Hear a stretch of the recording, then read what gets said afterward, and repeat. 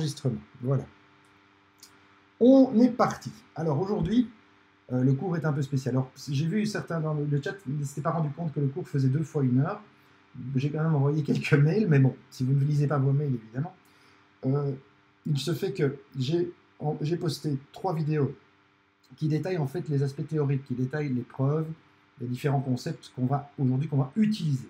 Donc l'idée aujourd'hui, ce n'est plus de faire des preuves, c'est de vraiment regarder à quoi ça sert les polynômes de Taylor et comment on les utilise pour faire des trucs intéressants et rigolos. Alors, attendez, hein, que j'ai peut-être pas fait le con, je réessaye pour voir si je suis bien là. Oui, c'est bon, pas de souci. Alors, donc, pendant 1 heure, ce qu'on va faire, c'est qu'on va détailler un petit peu, je vais vous donner ce qu'on appellerait une boîte à outils pour utiliser Taylor. Alors Taylor, c'est un grand classique des mathématiques. C'est aussi évidemment un grand classique des examens d'analyse. On ne peut pas imaginer un examen d'analyse dans lequel il n'y aurait pas au moins un petit peu de Taylor. Même un peu beaucoup. Donc, ici, on va passer en revue les 3 concepts fondamentaux liés aux séries de Taylor. Et le premier, c'est évidemment, ce qu'on appelle le polynôme de Taylor. Alors, qu'est-ce que c'est un polynôme de Taylor? D'abord, c'est un polynôme. On a un indice ici qui dit que le polynôme est à l'ordre n, l'ordre du polynôme. Le polynôme de l'ordre ou le degré, excusez-moi, il y a deux façons de le dire, le polynôme de Taylor de degré n autour du point A. Donc, pour un polynôme de Taylor, on doit se donner un ordre, on doit se donner un point. Il est noté Tn de x dans certaines, je dirais, livres mathématiques, dans certains ouvrages mathématiques, on met en fait T à n de fx. Je trouve ça très long, mais ça dit tout. Polynôme de Taylor, T comme Taylor, à l'ordre n, autour du point A de f, évalué au point x. Okay, c'est un peu long. Ici, on va juste mettre Tn de x. Le polynôme de Taylor, il a cette forme. Comment est-ce qu'on peut le construire? Pour le construire, nous avons besoin, en fait, de connaître la fonction et toutes ses dérivées jusqu'à l'ordre n au point A. Donc, si j'ai une fonction et je la connais au point A plus toutes ses dérivées jusqu'à l'ordre n, eh bien, je peux construire le polynôme de Taylor. Évidemment, ça demande à la fonction d'être dérivable au moins jusqu'à l'ordre n pour construire le polynôme de Taylor d'ordre n. Alors, à quoi ça sert? Le polynôme de Taylor, il sert essentiellement à approximer la fonction. Alors, évidemment, une fonction, pourquoi est-ce qu'il approxime la fonction? À cause de cette propriété-là. Eh bien, le polynôme de Taylor, il passe par le point A, f de A, hein, comme l'approximation linéaire, mais au point A, le polynôme de Taylor a les mêmes dérivées jusqu'à l'ordre n que la fonction f. C'est ce qui est écrit ici. Donc, le polynôme de Taylor a ses dérivées jusqu'à l'ordre n, les mêmes au point A que la fonction f. Donc, si, a priori, on a une fonction et un polynôme qui, au point A, ont la même valeur et toutes les mêmes dérivées, on peut peut-être se dire qu'elles vont être relativement proches. Hein, qu'elles vont être proches. Donc, voilà. Alors, comme je vous l'ai dit aujourd'hui, je ne vous dis pas comment on fait ce polynôme, je vous donne la formule, et on va essayer de l'utiliser. Comment est-ce qu'on va l'utiliser? Typiquement, on va se choisir une fonction, sinus x. Et elle va nous suivre pendant toute cette heure de cours. Sinus x, c'est notre running gag autour du sinus. Et on va choisir comme point A, 0.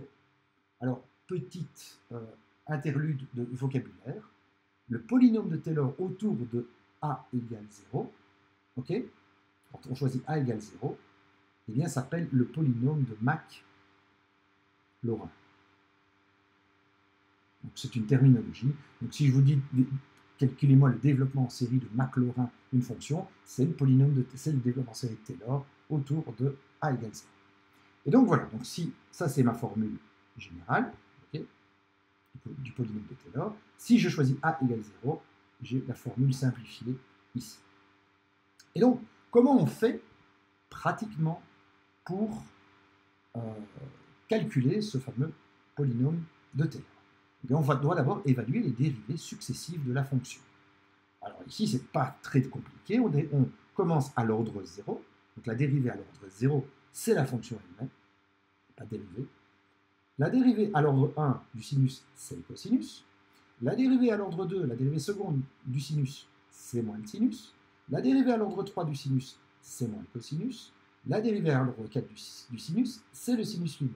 Donc on fait un tour. Donc on a 4 dérivées et on revient au point de départ. Alors, quand on a toutes ces dérivées successives, deuxième chose, on les évalue. Ici, on les évalue en A. Ici, A égale 0.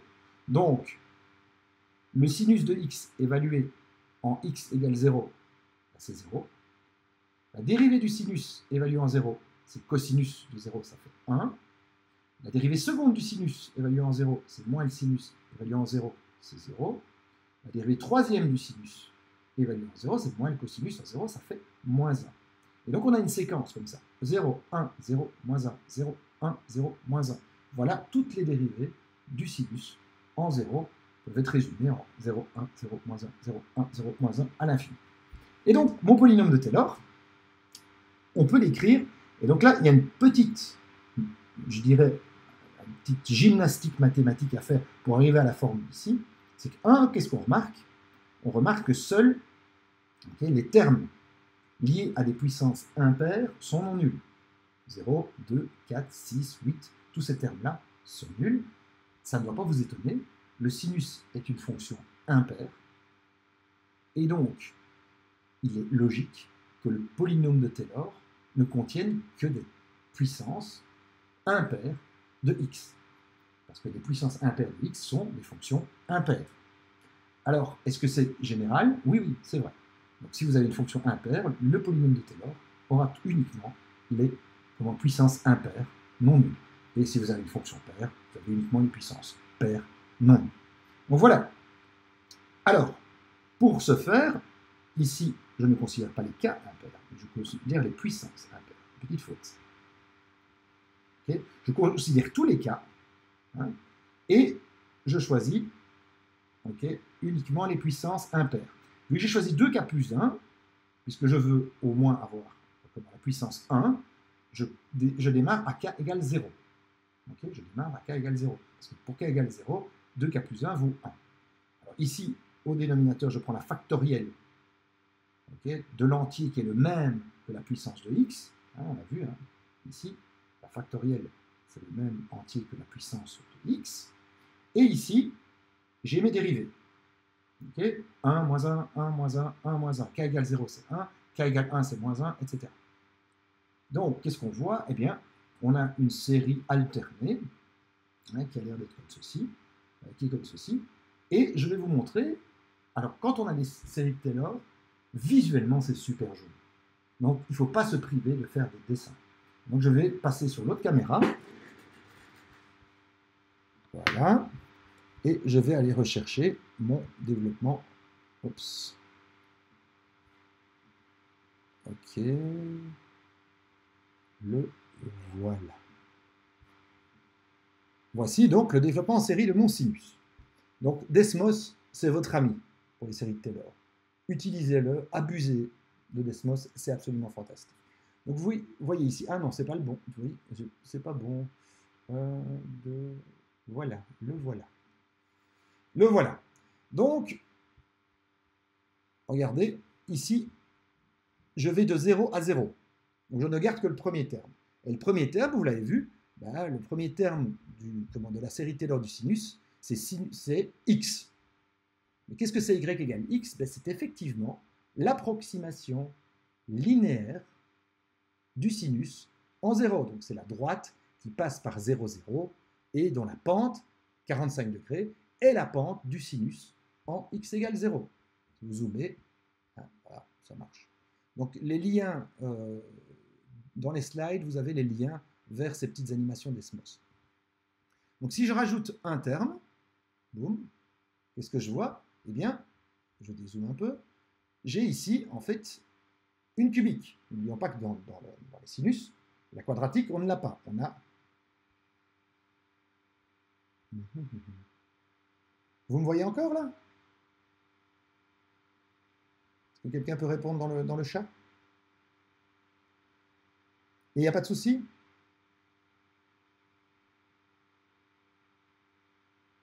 Je fais une petite pause pour être sûr que... Donc si vous voyez bien, c'est parfait. Je continue.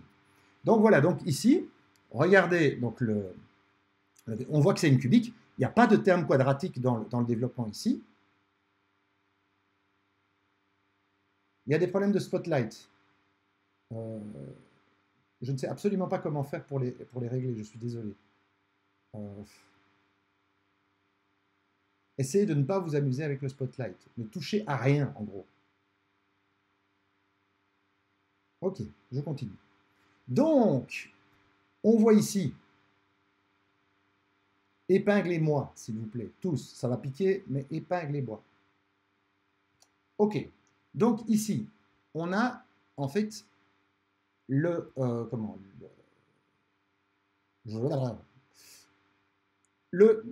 on a ici utilisé deux termes. Le premier terme, c'est x moins x cube sur 6. Donc cette fonction, vous voyez, la bleue, c'est x moins x cube sur 6.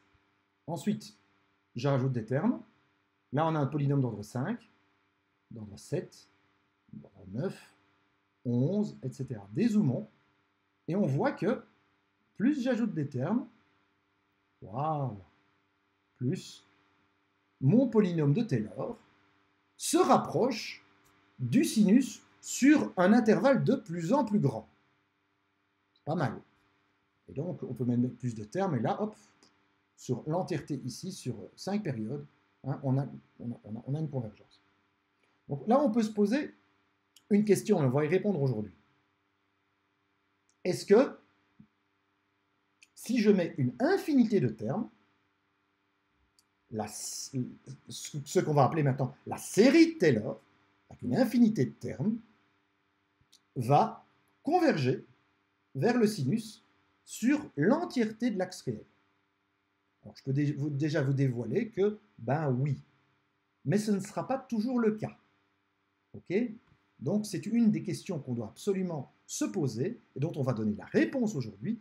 Comment est-ce que je peux savoir si ma série de Taylor converge vers la fonction, okay, qui m'a servi à la construire, et si elle ne converge pas partout, au moins est-ce qu'il existe un rayon de convergence de cette série de Taylor autour du point A? Question qu'on va se poser. On repart sur l'autre scène. Alors, pour répondre à la précision, quand on va se poser la question de la précision de l'approximation par un polynôme de Taylor, on utilise ce qu'on appelle la formule de Taylor avec le reste, que j'ai démontré dans les vidéos, que je vous donne. Et donc, la formule de Taylor avec le reste, si vous voulez la comprendre rapidement, ce sont les accroissements finis généralisés. Souvenons-nous des accroissements finis.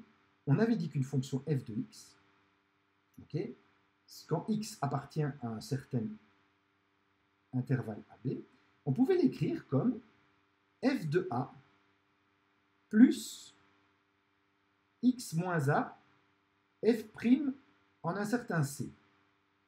Okay? C qui est dans l'intervalle AB. C'est la même chose que écrire f de x moins f de a sur x moins a est égal à f'c. Donc la fonction f de x peut être approximée par f de a plus un bout de droite, dont la pente, okay, ne peut pas être autre chose que la pente de la fonction quelque part entre a et b. Ça, c'est ce que ça veut dire. Eh bien, ça, c'est la même chose. Okay? Si vous mettez n égale 0, ça me donne exactement ça. Okay? Parce que le T0, c'est f de a. Okay? T0, regardez ici, T0, polynôme de Taylor, c'est, si je fais n égale 0, c'est bêtement f de a. Donc ici, regardez, ce que je dis, c'est que ma fonction au point B, elle est égale à le polynôme de Taylor évalué en B. Vous aurez pu mettre ici, à la place de x, vous pouvez mettre B ici. D'accord? Ici, vous auriez B moins 1. Vous avez Tn de B plus la dérivée n plus unième de ma fonction en un certain point c de l'intervalle, divisé par n plus 1 factoriel, okay, fois la longueur de l'intervalle ici, exposant n-1. Donc ça me dit qu'en fait, que la différence entre le polynôme de Taylor et la fonction en un point B à une certaine distance de A, on se souvient, hein, au point A, on connaît tout.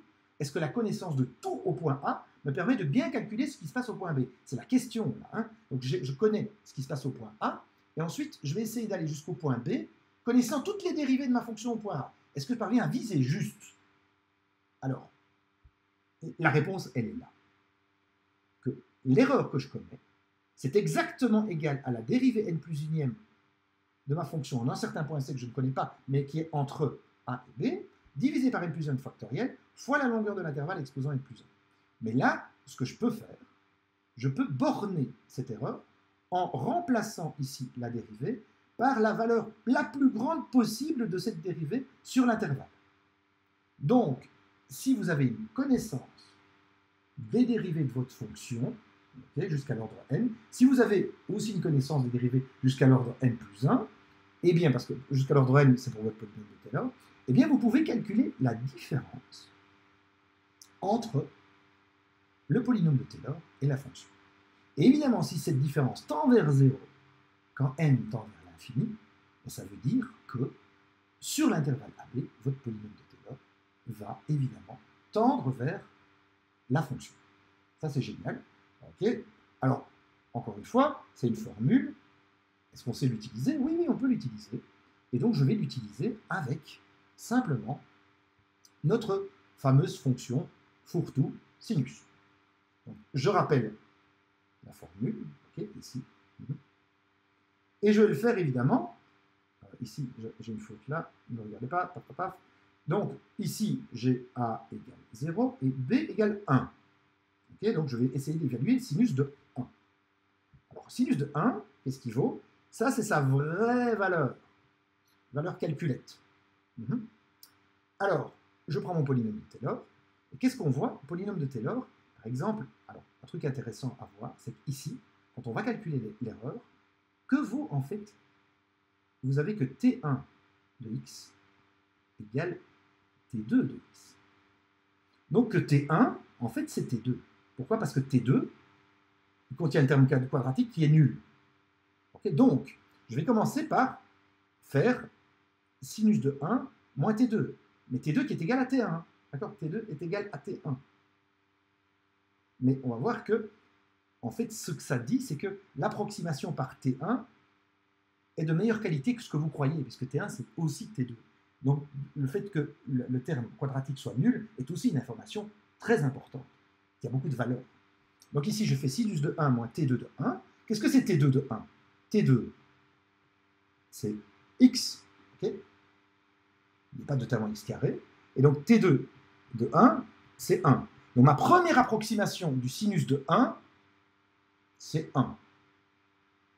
Et donc, je commets une erreur de 0,158.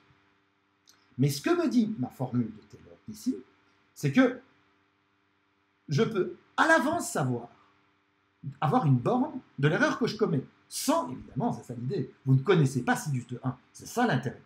Parce que, évidemment, si je connais sinus de 1, je peux facilement calculer l'erreur. Ici, je ne connais pas sinus de 1.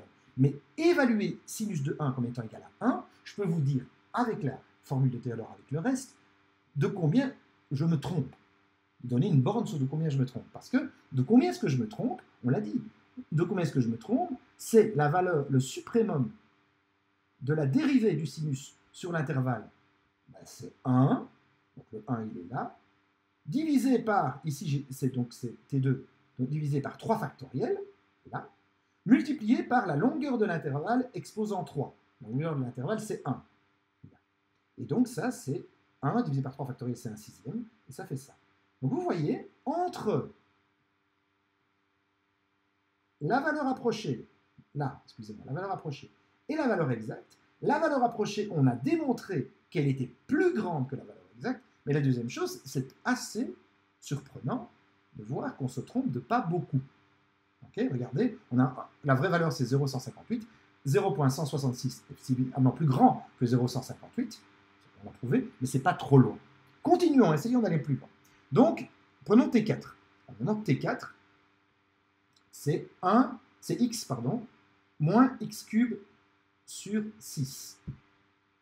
Donc, T4 de 1, ça me fait 1 moins 1 sixième, ça fait 5 sixièmes. Donc, on a 5 sixièmes ici. Et donc, l'erreur que je commets, là, on est déjà beaucoup mieux. Donc, 5 sixièmes, c'est une très très bonne approximation du sinus de 1. Mais comment est-ce que j'aurais pu le savoir à l'avance? Eh bien, je utilise la formule du reste. J'ai toujours le suprémum ici des dérivés énième du sinus sur n'importe quel intervalle, c'est 1. Je divise par 4 plus 1 factoriel fois 1 exposant 5. Ça fait 1 120e, et donc ça fait 0,00833, qui est évidemment plus grand que 0,0081, parce que la formule de Taylor, la formule de Taylor avec reste est vraie, mais on est encore plus près que tantôt. On n'a plus énormément, entre guillemets, de différence. Hein. On n'est pas loin du tout. Alors, première chose, essayons maintenant avec le 6 ici, et aux joies, on refait le même calcul, et on tombe sur une erreur qui est encore plus petite. Alors, question subsidiaire, on pourrait vous poser une autre type de question liée à ce genre de jeu. Imaginons que j'ai un, comment dirais-je, je veux vous poser cette question-là. On a la série de Taylor du sinus. Je voudrais calculer correctement sinus de 1. Mais correctement, ça veut dire que je veux que vous me donniez sinus de 1 à 10 moins 3 près, à 1 millième près. Comment vous faites? Ben, c'est pas compliqué. Vous utilisez la formule de Taylor avec le reste, et vous essayez avec 2 termes, 3 termes, 4 termes, 5 termes, vous calculez l'erreur, la borne de l'erreur, jusqu'au moment où cette erreur est en dessous de ce que vous voulez. Donc ici, question subsidiaire, eh bien ici, il suffit de choisir n égale 6, okay, parce qu'avec n égale 6, l'erreur est de 1 sur 5040, qui est plus petit qu'un millième, et là je suis sûr, mais je ne sais pas combien vaut sinus de 1, c'est ça la force de la chose, je ne connais pas sinus de 1, mais je peux le calculer à 1 millième près, okay, en utilisant un polynôme. Voilà. Oui, c'est un peu essai-erreur, tu as raison.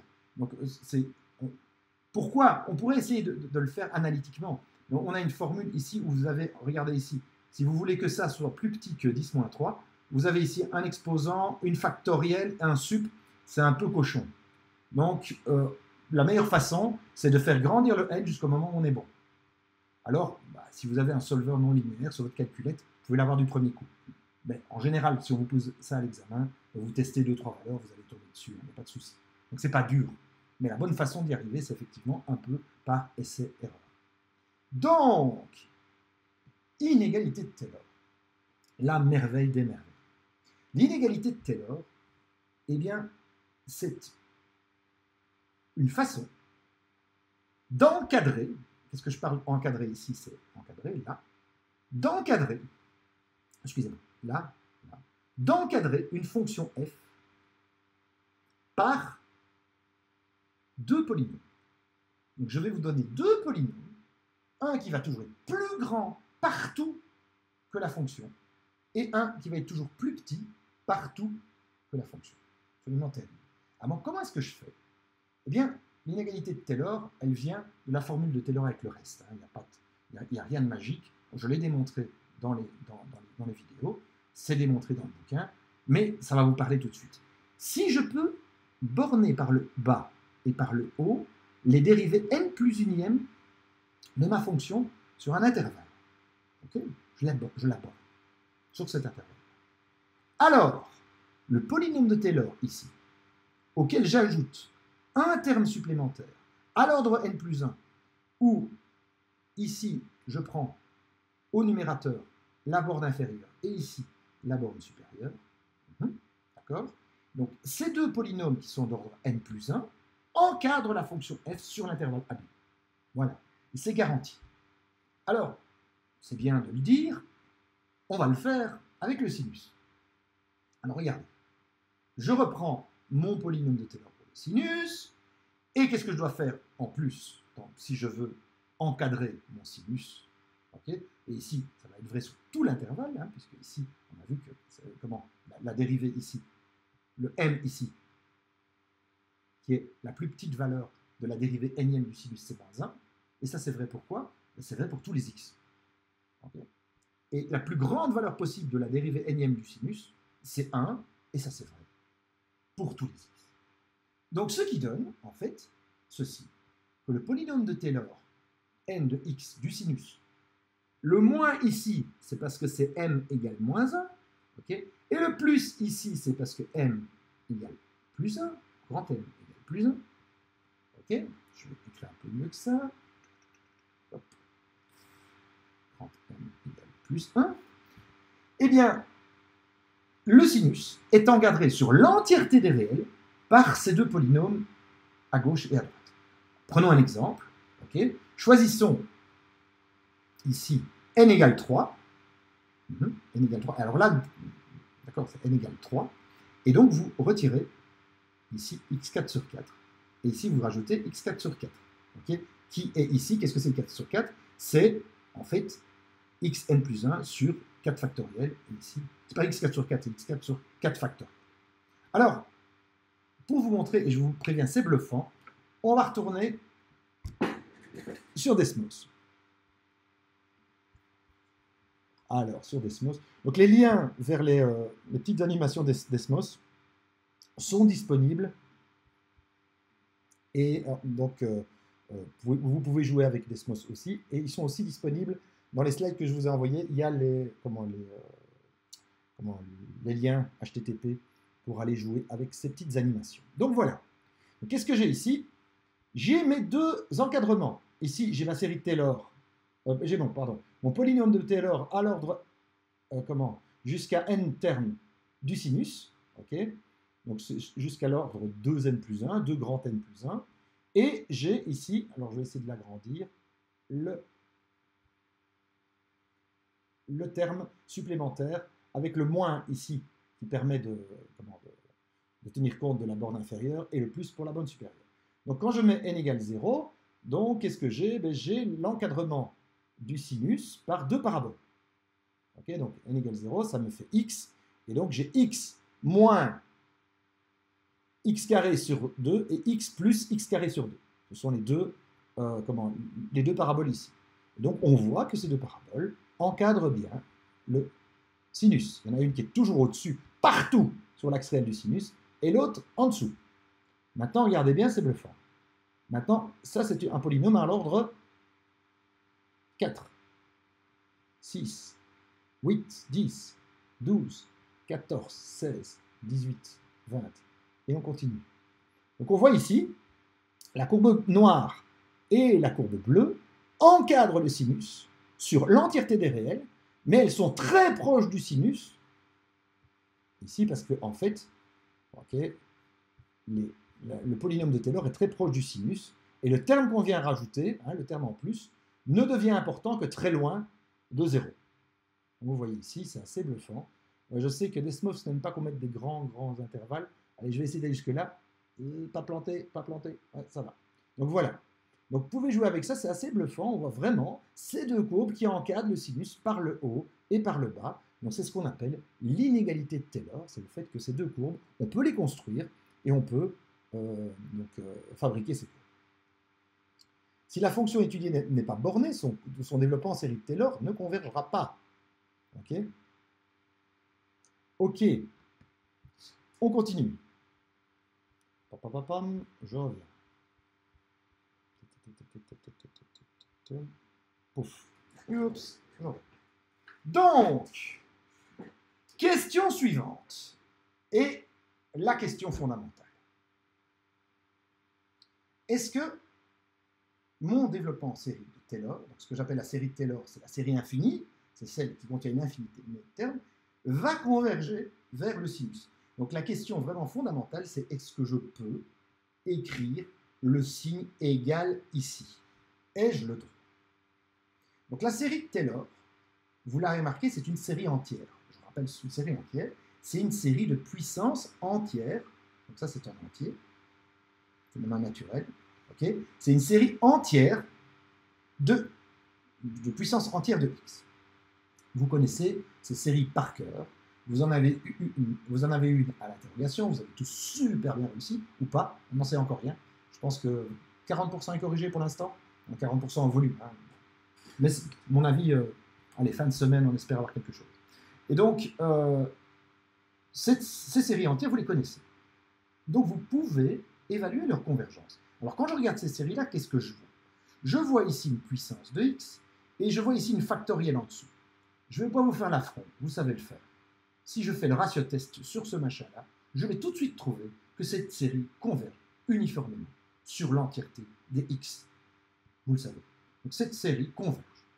Mais est-ce que la question suivante se pose, est-ce que c'est parce que cette série converge qu'elle converge vers sinus x? Question fondamentale. Est-ce que j'ai une série de Taylor, elle converge sur un intervalle ou partout? Est-ce que vers quoi elle converge? C'est vers la fonction qui m'a servi à construire la série de Taylor. Vous me dites, évidemment, monsieur, c'est sûr. On l'a vu avec le sinus, ça a l'air quand même. Mais la réponse est non. La réponse est non. La série de Taylor de f en A sur son disque de convergence peut être différente de la fonction f. Disque de convergence, c'est-à-dire, vous avez en A, les séries entières ont toutes un rayon de convergence. Le disque de convergence, bon, parce qu'on est habitué avec les complexes, mais c'est l'intervalle qui va de A moins R à A plus R. OK. A plus R, OK. Et ici, c'est comme ceci, évidemment, c'est ouvert. Et donc, la série Taylor peut converger vers autre chose que la fonction f. Vous dites, monsieur, c'est impossible. Je vais évidemment vous en montrer une où c'est le cas. Et la deuxième chose, il se peut même que la fonction soit infiniment différenciable, mais que le rayon de convergence de la série soit nul.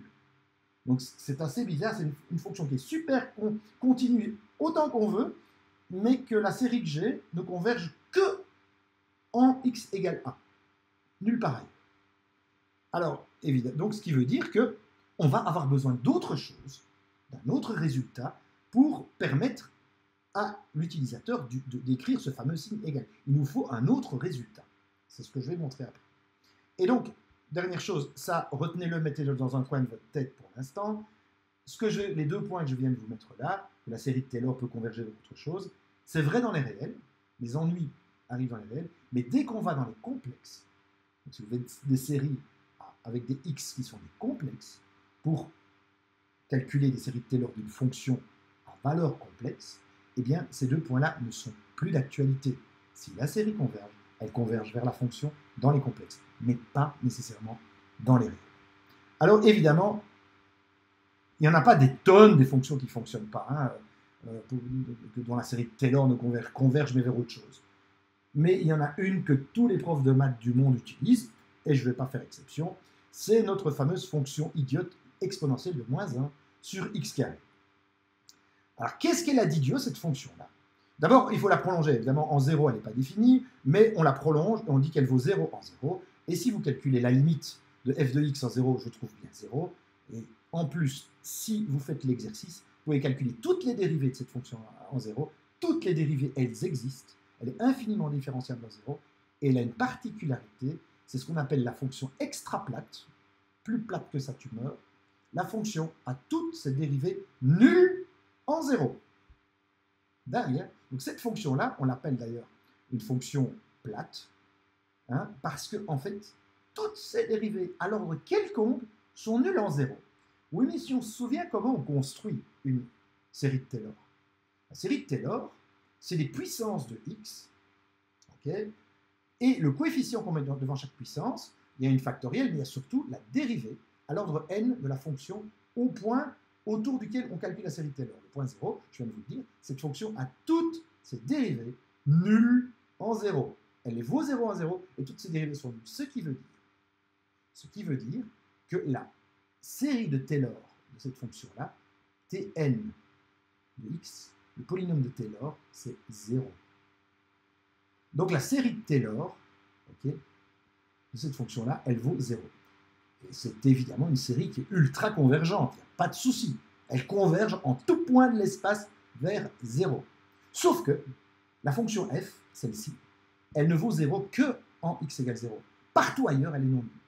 Ce qui veut dire que ma fonction converge, la série de Taylor, pardon, converge vers autre chose que la fonction. Ce qui fait en sorte de démontrer qu'on ne peut pas faire l'hypothèse que si la série de Taylor converge, alors elle converge vers la fonction. On ne peut pas le faire. On a besoin d'un autre résultat. Alors la fonction extraplate, je vais vous la montrer, parce que c'est assez intéressant. Je vous montre la fonction extraplate. Alors la fonction extraplate. Alors platitude, je l'ai appelée, c'était facile. Voilà, platitude. Donc c'est assez dingue, hein, vous voyez. Vue de loin, elle est plate. Mais vue de près,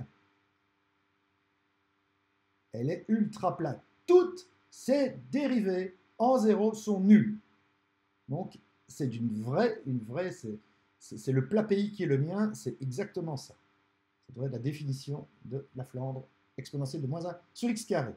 Donc, oui, il est tard. Donc, non, il n'est pas si tard.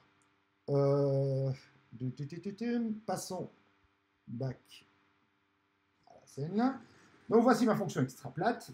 Ma fonction extraplate me montre évidemment que ça ne peut pas marcher à tout. Pour ça, j'ai besoin d'un résultat. Mais on avait déjà le résultat, si vous vous souvenez. Il est évident que si je peux montrer que mon reste de Taylor tend vers 0 quand n tend vers l'infini, alors ça marche.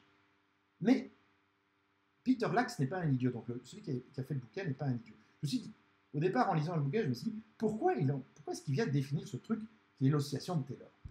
C'est une notion en plus que je trouvais tout à fait superflue au début, à première vue. En fait, ça ne l'est pas du tout. Je vais vous montrer. Donc, on avait vu juste un petit peu avant, je vous l'avais dit, hein, si vous parvenez à montrer que ce truc-là ici tend vers 0 quand n tend vers l'infini, ça va aller. La série Taylor converge vers la fonction. Sauf que, il définit un autre truc. Hop. Il définit l'oscillation. Alors, l'oscillation, c'est un truc assez simple à comprendre, mais je vais vous le faire en 2 mots. L'oscillation d'une fonction nécessite un intervalle AB. Sur cet intervalle, l'oscillation, c'est l'écart maximum qui existe sur la dérivée n-ième. Donc ici, on a un indice n, parce qu'on a une oscillation par ordre de dérivée. Et grand Mn, c'est la plus grande valeur possible que peut prendre la dérivée n-ième sur l'intervalle. Et petite mn, c'est la plus petite valeur possible que peut prendre la dérivée n-ième sur ce même intervalle. Et donc Cn, c'est une oscillation. De combien ça bouge. Okay. Alors, ce que je vous ai montré dans les petites vidéos, c'est que on peut démontrer ceci. Okay. On peut démontrer, c'est une autre borne, c'est un autre reste de Taylor, c'est une autre forme du reste de Taylor, qui n'est pas tout à fait la même que celle du dessus, justement. Il dit que l'écart qui existe entre f de x et tn de x, okay, l'écart qui existe entre f et tn, donc entre la fonction et son polynôme de Taylor, est borné par x moins a, la longueur de l'intervalle exposant n, divisé par n factoriel, okay, fois l'oscillation. Et évidemment, x moins a, je prends l'erreur en un point, mais je suis sur un intervalle AB. Comment est-ce que je peux encore borner x moins a? Je borne x moins a par b moins a, puisque b moins a est toujours plus grand que x moins a en norme, puisque b, c'est le point le plus loin dans l'intervalle par rapport à a. X est toujours entre a et b. Donc voilà. Mais, si je regarde ce résultat, ok, une chose ici, c'est, si je regarde ce résultat, j'ai quelque chose qui est relativement proche de ce que j'avais écrit ici. Je dis que f de b moins tn de b, donc c'est la même chose que tout à l'heure, sauf que, avec l'oscillation, ça me donne Cn, b moins a exposant n sur n factoriel. D'accord? Donc, on a deux bornes différentes. Alors, pourquoi est-ce que je vous dis que celle-là est meilleure? Elle est meilleure. Eh bien, la réponse est ici. Si vous prenez Cn sur b moins a, Cn sur b moins a, Donc en prenant Cn sur b moins a, regardez, si je divise ici, donc ça fait plus petit que Cn sur b moins a n factoriel fois b moins a exposant n plus 1, évidemment. Donc on retrouve le b moins a exposant n plus 1. Et bien ici, m moins n sur b moins a, eh bien, c'est en fait la dérivée de f en n plus 1 en un certain point de c de l'intervalle, puisqu'ici, qu'est-ce que c'est Cn? C'est des différences du dérivé nème, comme la dérivée n plus une fois différenciable, on peut appliquer les accroissements finis sur la dérivée nème. Okay, et donc ici, c'est plus petit que ceci, mais ça c'était le terme que j'avais auparavant. Et donc en fait, cette borne est meilleure. Elle est simplement meilleure. Mais vous pouvez utiliser une ou l'autre pour démontrer la convergence, il n'y a pas de problème. Alors le théorème de Taylor, qui est le théorème fondamental qui va nous donner finalement la réponse à notre question, est-ce que la série de Taylor converge, oui ou non, vers la fonction qui a servi à la définir? Eh bien, le théorème, il est là. Donc une fonction infiniment dérivable, évidemment, puisque je veux faire une série de Taylor avec une infinité de termes, donc j'ai besoin de dériver jusqu'à un ordre quelconque. Elle est infiniment dérivable sur un certain intervalle ouvert. Je prends 2 points A et B dans l'intervalle, comme ceci. Okay, je vais supposer que le reste de Taylor défini à partir de l'oscillation tend, défini comme ça, je vais supposer que le reste de Taylor tend vers 0.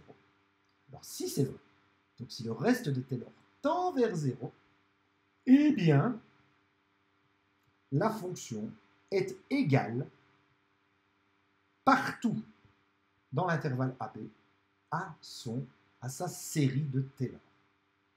Okay, alors bon, encore une fois, on a essayé de rester en phase avec notre sinus depuis le début. Montrons maintenant que la série de Taylor du sinus converge partout sur les réels vers le sinus. Donc ici, je calcule mon oscillation.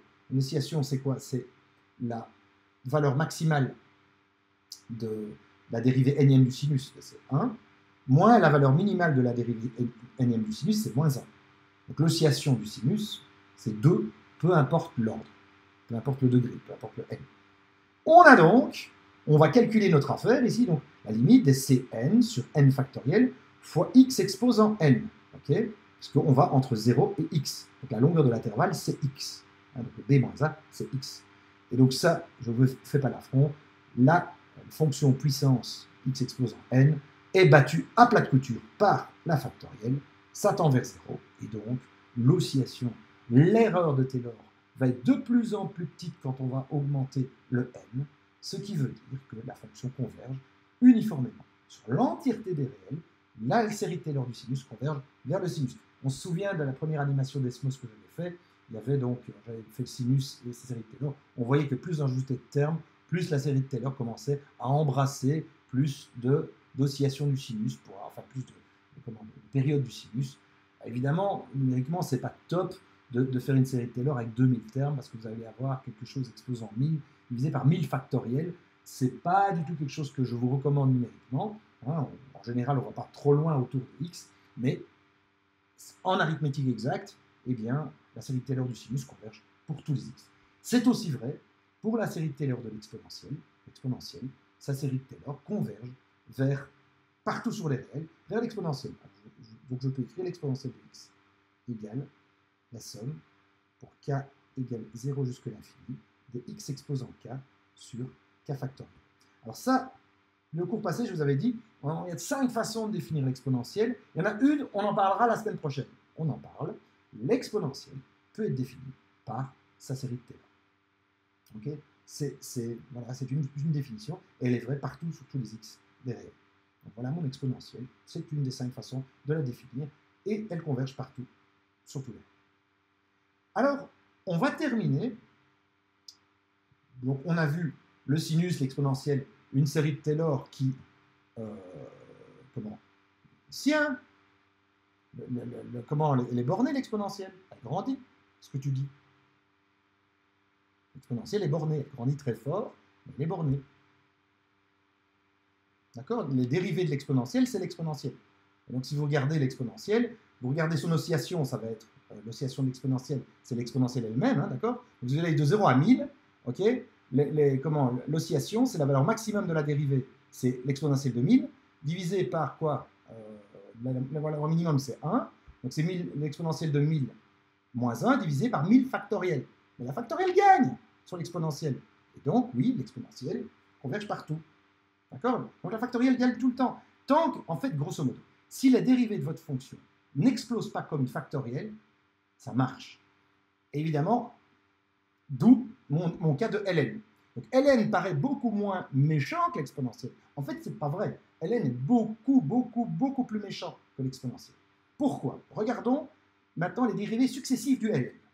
Alors, ln de x, est-ce que je peux le développer en série de Maclaurin, et retour de 0? Ben non, le dérivé n'existe pas en 0. La fonction n'est pas différenciable en 0. On ne peut développer en série de Taylor une fonction qu'autour d'un point où la fonction est différenciable. Et si je veux mettre la série totale avec une infinité de termes, elle doit être infiniment différenciable. Le ln est infiniment différenciable partout, sauf en 0. Et donc, je vais développer le ln en x égale 1. Alors, je vais calculer les dérivées successives du ln. La dérivée d'ordre 0 vaut ln. La dérivée d'ordre 1 vaut 1 sur x. La dérivée d'ordre 2 vaut moins 1 sur x carré. La dérivée d'ordre 3 vaut 2 sur x cube. D'ordre 4, il vaut 2 fois 3, moins 2 fois 3 sur x4. D'ordre 4, ça fait f5 de x, ça va faire moins 3 factoriel fois 4 sur x5, avec plus ici, d'accord? Et donc, ici, c'est quoi? C'est 4 factoriel. Donc, la dérivée cinquième, c'est 4 factoriel sur x5. Donc, la dérivée nème, c'est n-1 factoriel sur x exposant n fois moins 1 exposant n. On fait plus 1, moins 1, plus 1, moins 1. Donc, qu'est-ce que je vous disais? Quand on n'a pas de souci avec le reste de Taylor, la série de Taylor va converger uniformément partout si les dérivées successives de la fonction n'explosent pas comme une factorielle. Eh bien, le ln, oui, les dérivées du ln explosent partout comme une factorielle. Donc, on risque ici le risque est que la série de Taylor ne va converger que sur un intervalle borné. Et ça va être le cas. Donc, on continue. J'écris maintenant mon polynôme de Taylor.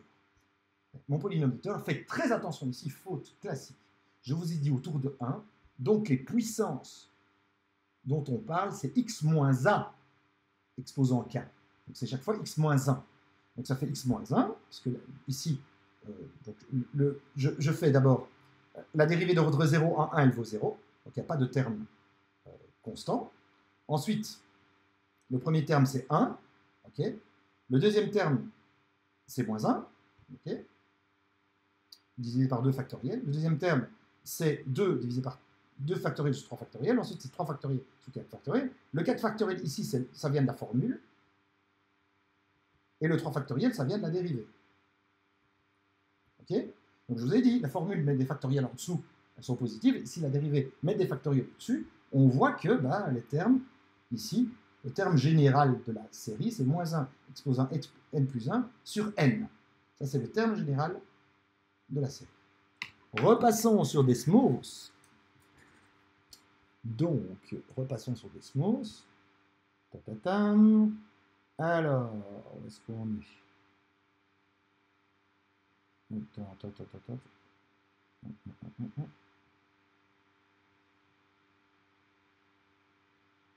Je ne le vois plus. Ça. Non. Ça. Non. Ça. Oui. Le voilà. Donc voilà. Développement en série du ln autour de x égale 1. Voilà. On commence avec le premier terme, qui est le terme linéaire, puisqu'il n'y a pas de terme constant, puisque c'est 0. Hein. Ln de 1, c'est 0. Donc ici, on a l'approximation du ln linéaire autour de x égale 1. Donc c'est une droite dont la pente est égale à la pente du ln à x égale 1 et qui est égale à 45 degrés. Et voilà, et qui passe par le point 0, le point 1, 0. Et on continue. Poms, 2, pof, pof, pof. Alors, pourquoi est-ce que j'ai mis ici une droite verticale en x égale 2? C'est parce que maintenant que j'ai 40 termes, qu'est-ce que je vois? Eh bien, autour de 2, on a l'air de s'approcher de 2, mais dès qu'on sort ici de x plus grand que 2, la fonction part en cacahuète. D'accord? Donc voilà, par exemple, avec 80 termes, la fonction part très rapidement en cacahuète. Donc, à vue de nez, je dis bien à vue de nez, il semble que la fonction, le développement en série de Taylor du ln, j'ai mis trop de termes, le truc rame, voilà, à vue de nez, on dirait que le développement en série du ln ne va certainement pas converger en 0, puisque ln de 0, c'est moins l'infini, mais on dirait que la série de Taylor va converger sur l'intervalle 0,2, possiblement ouvert, possiblement fermé, à voir. Et donc on continue. On repasse sur l'autre scène. Donc, je ne vous fais pas ici l'affront de refaire un exercice sur les séries. Donc ici, la première chose qu'on doit faire quand même, c'est vérifier si la série converge, évidemment, hein, donc, vers quelque chose. Parce que si elle ne converge pas, clairement, elle ne peut pas converger vers la fonction. Et si elle converge, il va falloir vérifier l'oscillation. Vous avez vu mon raisonnement. Donc ici, je regarde si la série converge. La série converge. Qu'est-ce qu'on fait? On a le ratio test. Eh bien, le ratio test nous dit que si la limite quand n tend vers l'infini de a n plus 1 sur a n est plus petit que 1, eh bien, ça, on est sûr que ça converge. Ça, ce sera vrai si x moins 1 est plus petit que 1. Donc, si x est compris entre 2. Là, on est sûr qu'elle converge. Alors, je vous rappelle que quand on a une série qu'on effectue le ratio test, ça nous donne le rayon de convergence.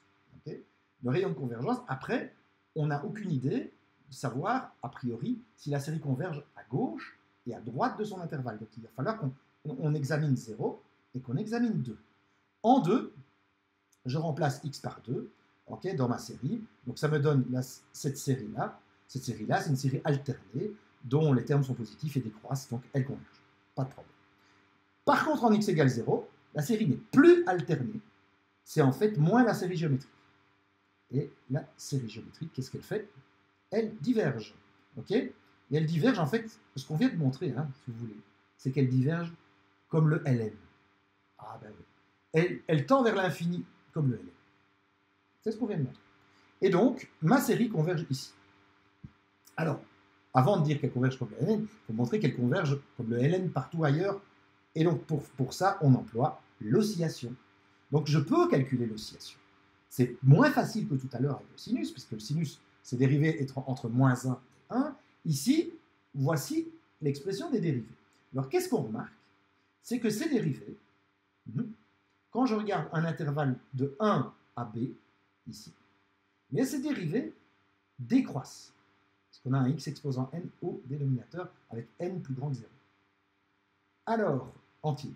Et donc, quelle est la valeur maximale de la dérivée sur l'intervalle en norme? Okay.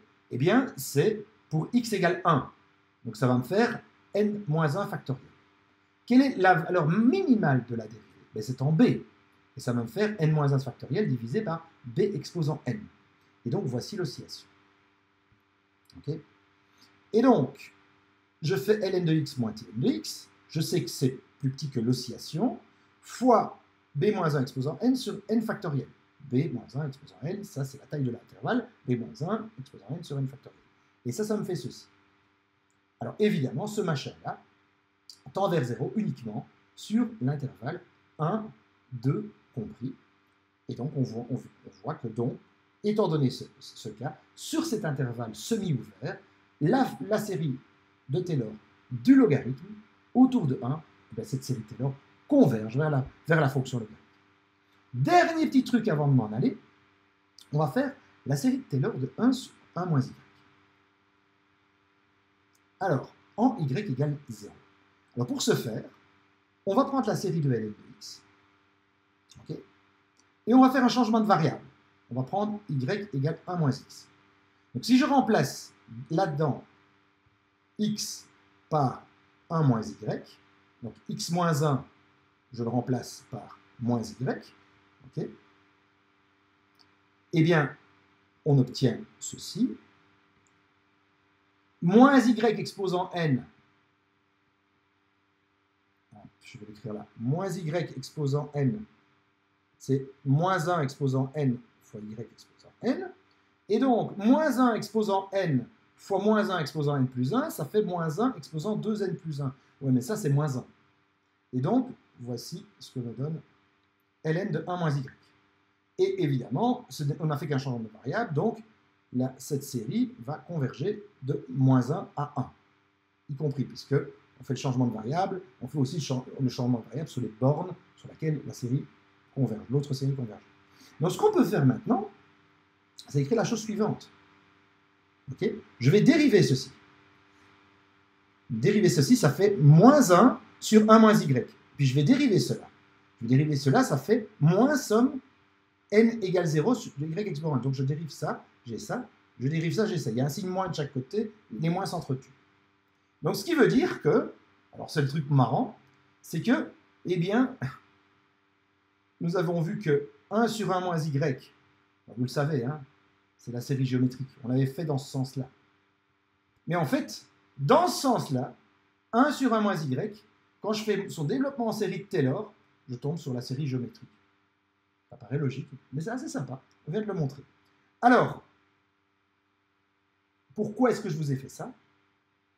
Eh bien, on avait vu que la série ici, okay, ln de x, ln de 1 moins y, okay, cette série-là qui donne cette valeur-là, elle converge de moins 1 à 1. Donc son rayon de convergence autour de y égale 0, c'est 1.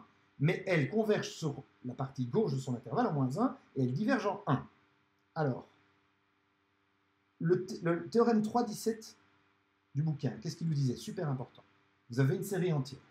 Elle a un rayon de convergence. Vous la dérivez. Eh bien, la dérivée de la série entière, terme à terme, a le même rayon de convergence. Mais ce que le théorème ne dit pas, c'est si la fonction initiale, okay, cette série entière-là, si la fonction convergeait par exemple sur une des bornes de son intervalle de convergence, est-ce que la dérivée converge? On ne le dit pas. Ce qu'elle dit, le théorème, c'est que elle converge sur l'ouvert. Donc il faut retester. Et donc si je reteste, en fait, on voit que la dérivée ne converge plus en moins 1. Donc c'est un très beau contre-exemple où le ln convergeait en moins 1, mais ici, en fait, il ne converge plus en 1. Parce que, évidemment, 1 demi n'est pas égal à la somme des moins 1 exposant 1. 1 demi n'est pas égal à 1 moins 1 plus 1 moins 1 plus 1 moins 1 plus 1 moins 1 plus 1. Ce n'est pas égal à 1 demi. Okay, cette série-là, elle ne converge pas. Okay, c'est parce que le terme générique ne tend pas vers 0. Okay, simplement. Alors, dernière chose, je ne vais pas vous montrer le Desmos du dernier truc parce qu'il est déjà tard. Okay, qui est-ce qui a mis sa caméra? Eh oh! Enlève ta caméra.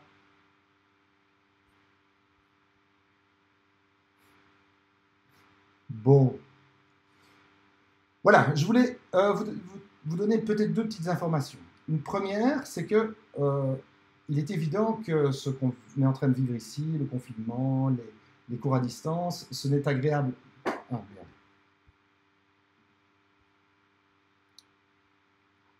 merde.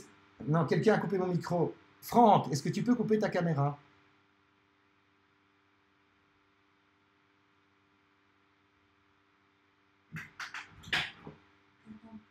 Je sais. Ça fait longtemps que j'ai été muté? À 16h01. Quand j'ai parlé de ça, j'étais muté?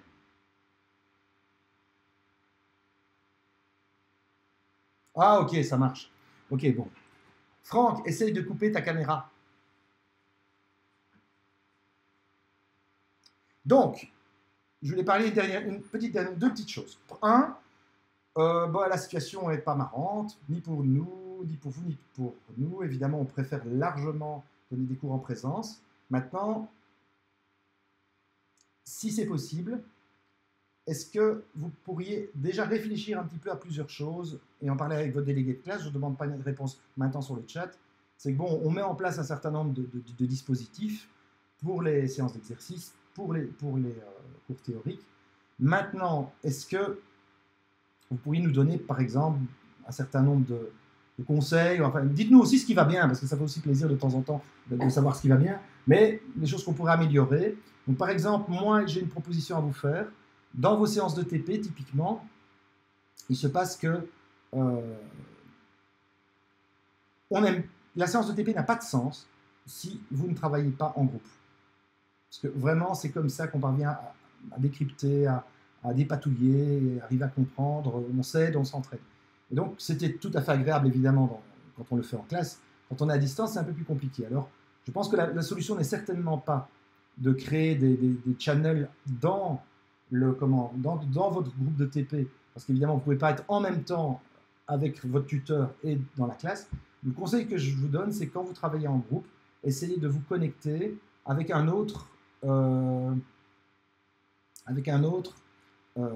disons, système, par exemple Discord ou je ne sais pas, et de vous connecter sur les deux choses à la fois, donc et Discord et Teams. Teams étant réservé pour les discussions avec votre tuteur, Discord étant réservé pour les discussions dans votre groupe de travail, hein, et vous devez les laisser ouverts en même temps. Donc si vous pouviez aussi nous suggérer d'autres choses pour améliorer notre façon d'enseigner à distance, on est preneur. Une chose super importante, il est clair que, bon, j'espère, la plupart d'entre vous possèdent un ordinateur et parviennent à se connecter de façon décente pour pouvoir suivre des cours à distance. Mais si vous connaissez des gens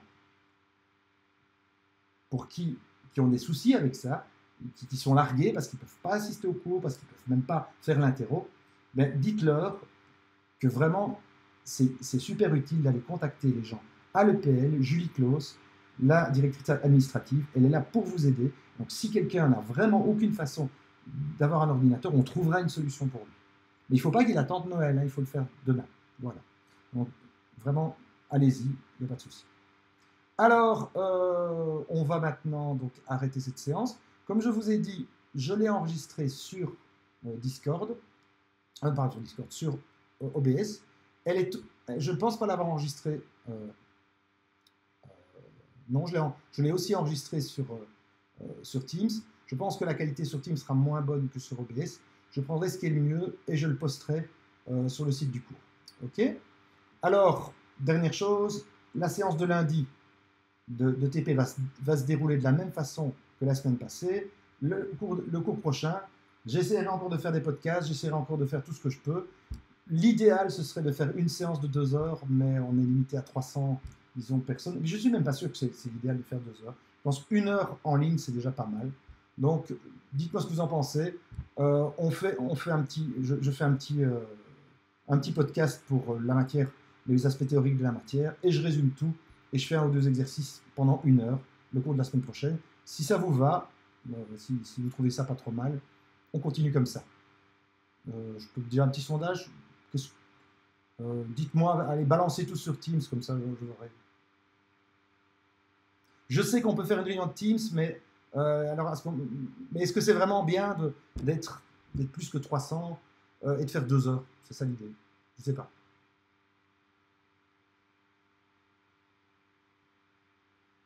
Donc, si c'est top les podcasts, on continue comme ça. Je referai des podcasts. Je vais essayer de les faire plus courts parce que je pense que 30 minutes, c'est un peu long. Je vais essayer de faire des trucs plutôt de 15 minutes. Ok, mais vous aurez aussi je pense que le cours d'aujourd'hui, le how-to, est plus utile pour résoudre les TP que les podcasts. Voilà. Ça va? Donc ben voilà, je vais vous laisser pour votre cours suivant et à la semaine prochaine. Voilà.